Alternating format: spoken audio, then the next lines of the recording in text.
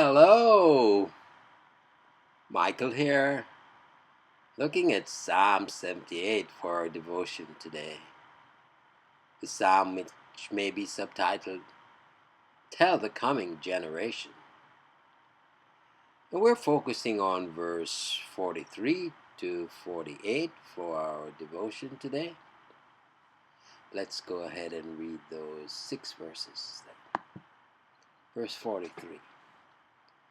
When he performed his signs in Egypt, and his marvels in the fields of Zoan. 44. He turned their rivers to blood, so that they could not drink of their streams. 45. He sent among them swarms of flies, which devoured them, and frogs, which destroyed them. And 46. He gave their crops to the destroying locusts, and the fruit of their labor to the locusts. 47. He destroyed their vines with hail, and their sycomores with frost. And 48. He gave over their cattle to the hail, and their flocks to thunderbolts. And as we turn to the treasury of David, let's go ahead and read verse 43 again. How he had wrought his signs in Egypt, and his wonders in the fields of Zoan. Spurgeon exposits. How he had wrought his signs in Egypt. The plagues were ensigns of Jehovah's presence and proof of his hatred of idols. These instructive acts of power were wrought in the open view of all, as signals are set up to be observed by those far and near. And his wonders in the field of Zoan, in the whole land were miracles wrought, not in cities alone, but in the broad territory, in the most select and ancient regions of the proud nation. This the Israelites ought not to have forgotten, for they were the favored people for whom these memorable deeds were wrought. In verse 44 that reads, And had turned their rivers into blood, and their floods that they could not drink. And had turned their rivers into blood. The waters had been made the means of the destruction of Israel's newborn infants, and now they do it as it were betray the crime. They blush for it, they avenge it on the murderers. The Nile was the vitality of Egypt, its true lifeblood, but as God commands it, became a flowing curse. Every drop of it was a horror, poison to drink, and terror to gaze on. How soon might the Almighty One do this with the Thames and the Seine? Sometimes he has allowed men, who were his rod, to make rivers crimson with gore, and this is a severe judgment. But the event now before us was more mysterious, more general, more complete, and must therefore have been a plague of the first magnitude. And their floods that they could not drink. Lesser streams partook in the curse. Reservoirs and canal felt the evil. God does nothing by halves. All Egypt boasted of the sweet waters of their river, but they were made to loathe it more than they had ever loved it. Our mercies may soon become our miseries if the Lord shall deal with us in wrath. In verse 45. He sent divers sort of flies among them, which devoured them, and frogs which destroyed them. He sent divers sorts of flies among them, which devoured them.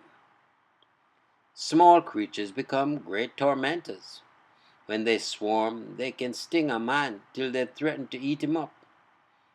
In this case, various orders of insects fought under the same banner. Lice and beetles, gnats and hornets, wasps and gadflies dashed forward in fierce battalions and worried the sinners of Egypt without mercy. The tiniest plagues are the greatest. What sword or spear could fight with these innumerable bands? Vain were the monarch's armor and robes of majesty. The little cannibals were no more lenient towards royal flesh than any other. It had the same blood in it, and same sin upon it. How great is that God who thus by the minute can crush the magnificent, and frogs which destroy them. These creatures swarmed everywhere when they were alive, until the people felt ready to die at the sight. And when the reptiles died, the heaps of their bodies made the land to stink so foully that a pestilence was imminent. Thus not only did earth and air send forth armies of horrible life, but the water also added its legion of loathsomeness. It seemed as if the Nile was first made nauseous and then caused to leave its bed altogether, crawling and leaping in the form of frogs. Those who contend with the Almighty little know what arrows are in his quiver. Surprising sin shall be visited with surprising punishment. And verse 46. He gave also their increase unto the caterpillar, and their labor unto the locust. He gave also their increase unto the caterpillar, and their labor unto the locust. Different sorts of devourers ate up every green herb and tree. What one would not eat, another did. What they expected from the natural fertility of the soil, and what they looked for from their own toil, they saw devoured before their eyes by an insatiable multitude against whose depredation no defense could be found. Observe in the text that the Lord did it all. He sent, he gave, he destroyed, he gave up, etc. Whatever the second agent may be, the direct hand of the Lord is in every national visitation. In verse 47, he destroyed their vines with hail, and their sycomore trees with frost. He destroyed their vines with hail. No more shall thy butler press the clusters into thy cup, O Pharaoh. The young fruit-bearing shoots were broken off, the vintage failed, and their sycamore trees with frost. Frost was not usual, but Jehovah regards no laws of nature when men regard not his moral laws. The sycamore fig was perhaps more the fruit of the many than was the vine. Therefore the judgment was meant to smite the poor, while the former fell most heavily upon the rich. Mark how the heavens obey their Lord, and yield their stores of hail, and note how the fickle weather is equally subservient to the divine will.